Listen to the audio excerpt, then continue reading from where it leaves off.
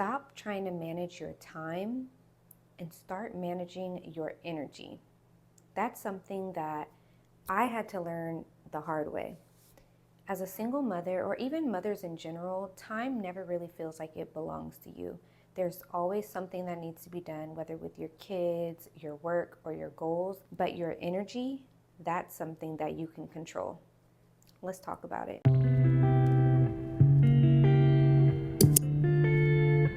Hey guys, welcome back to my channel. I am so excited to have you guys here. And this is video number 4 of our Becoming Her series. But before I get into what today's video is going to be about, I wanted to introduce myself. If this is your first time seeing me, hello. My name is Taji and I am your go-to girl for all things self-love, self-growth, and self-improvement. So if that sounds like something that you are interested in or the journey that you find yourself on, then go ahead and hit that subscribe button and come join us over here. Now, about today's video. This video was actually inspired by my coworker. Shout out to you, girl. She came up to me last week and she had to know. She said, "How do you handle time management? Because you make it look so easy." And honestly, I was like, "You talking to me?" I was honestly flattered because no, it is not easy. If you've watched any of my videos before, then you probably know I am a single mother to 2 beautiful children, ages 11 and 4, and time management is no joke. It took a lot of practice, a lot of unlearning and relearning, and to be able to manage my days better and to move effortlessly through them and get things done. So in today's video, I want to share some of the mindset shifts and physical shifts that I had to make in order to elevate my time management skills. Let's jump right into it with number 1, and that is to create routines that support you. Routines are not about perfection, they are about preservation, preserving your peace, your time, and your energy. Listen, morning routines are going to be your secret weapon. Wake up, it is so smart to wake up 1 hour earlier than your children. I repeat, wake up at least 1 hour earlier than your children, because that is going to give you the space and the time to get into the mindset of tackling your day, writing down what you need to do, spending quiet time with God, focusing on yourself, really pouring into yourself while the world is still quiet, while there's no chaotic scenes going on, while you can really just focus on what you need to get done. It really gives you the time to center yourself before all the noise of your day starts. And listen, I understand there are some days where I do not want to wake up early. My alarm goes off and I'm like, no, I do not want to get up. But I always thank myself when I do, because I can see a big difference when I choose to get up earlier and pour into myself before I wake up my children. Something else that's really good to do is to create routines around your day. And that's not to say that every day is going to look the same. Things happen and sometimes routines change, but it's good to have a general idea of how your day is going to go.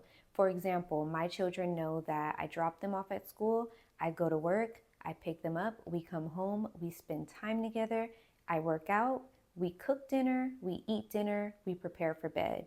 My kids expect that. When you have routines, kids know what to expect, and that makes the day so much easier to manage. Number 2 is going to be prioritize what matters. Okay, as mothers, single mothers, any type of mother, we have to have our priorities in check. We can't be out here just doing anything, giving all of our time, energy, and attention to everything. And most importantly, you have to know that you can't do everything, and that's okay. Pick 2 to 3 things that are most important that you need to prioritize for the day and build your day off of that. For example, if you have a project that's due or you have appointments, laundry, pick 3 things to structure your day around, and don't let guilt convince you that you're failing if you can't get everything done. If my house isn't spotless, but I cooked, showed up for myself, and spent time with my kids, then that's a win, okay? A win is a win. So let's get them priorities straight, okay, mama? Now, moving on to number 3, and that is to time block and focus your energy. So if you're like me and you have to put your phone on D&D during your focus periods, then you go ahead and do that. And also, we have to tell ourselves, if it's not a priority right now, Or if it's not pertaining to what I'm focusing on right now, then it can wait. Because our brains have funny ways of doing that, trying to distract us either for avoidance or simple distractions or anxiety. It will have us thinking about everything under the sun that we are not trying to focus on at the moment. And those are the times when you have to wage war with your brain and let your brain know who's in charge. I'm taking control of my time. I'm focusing on my day. I'm not going to be distracted right now. Sometimes we got to tell our brains that. It sounds silly, it sounds funny, but honestly, that's sometimes what it takes. Moving on to number 4, and that is to simplify, delegate, and most importantly, learn to ask for help. As a single mother, as a married mother, as a mother in general, as a human being, you are not supposed to do everything on your own. And I used to think that asking for help was a sign of weakness, but now I know that it is actually a sign of wisdom because you cannot pour from an empty cup. And when it comes to simplifying your life, that can look like grocery store pickups, batching your laundry, outsourcing small things, doing anything that you can to make your life more simple. That's what time management is about, simplifying things, preserving your energy and saving it for things that require more of your time and effort. Set your calendars and reminders for everything. Do not just depend on your mind to remember. I used to have that so bad. I would think, oh, I'll remember to pay that bill on this day. How hard can that be? A week would pass from the due date and it would pop in my head and I'd be like, oh my gosh, I forgot to pay that bill because my mind has so many other things to think about. Simplify your mind. Also, have your kids help you with things. I used to be the type of mom that felt like I had to clean the whole house all by myself because my kids didn't know what they were doing and they weren't going to do it right. And I felt like they were just going to be in my way. And then I would do it all and I would feel overstimulated and grumpy and burnt out until I thought, you know what? I'm going to delegate my kids to help me clean this house. And you can make it an activity, make it a bonding time. Like my daughter, she knows that she cleans all the mirrors and the glass tables. And my son, he knows that he wipes down all the counters, he sweeps the house. And is it perfect all the time? No. Do I have to go behind them and remind them or show them where they missed a spot or do it for them? Sometimes. But the thing is, it's not about perfection. It's about teamwork, teaching your children responsibility, and really just getting things done without feeling like they fall all on your shoulders and leading you to burnout and crashing out. And jumping back to asking for help, because I did get a little bit ahead of myself. I was outside in my notes a little bit, but we reeling it back in. I wanted to say that I know that asking for help can be very uncomfortable, especially for single mothers, because you want to feel like you have it all handled and you don't want people to think that you need help or that you're a charity case or your children are a charity case. But I want to say, don't be afraid of asking for help. I just recently got comfortable asking for help, and I learned that God sends help through people, through random people, through your friends, through your family, through community resources, and sometimes your pride can stop you from receiving it. We have to rewire our brain's way of thinking of what help really is. It doesn't mean that we're weak or we don't have it handled or we can't take care of our children correctly. It means that I am open to letting someone pour into me, pour into my cup, and I am able to accept something that I need from somebody that is offering it to me genuinely.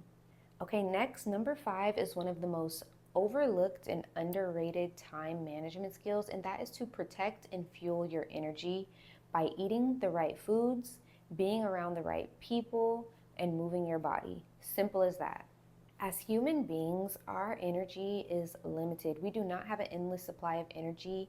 In order to keep our energy running at optimal level, we have to really listen to and understand what our body needs, and that is to eat whole foods, drink water, and prioritize your rest. Instead of scrolling all night, you really should put your body on a sleep schedule so that it can really recharge and run at its highest peak.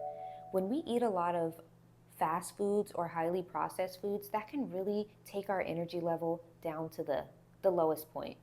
We want to lay down, we just want to be slumped over, we want to sleep, our mind can not be as sharp as it could be. That's because we need the vitamins and the proteins and the good things that we get from whole foods in order to be able to come up with great ideas, in order to be able to take care of our bodies and work out.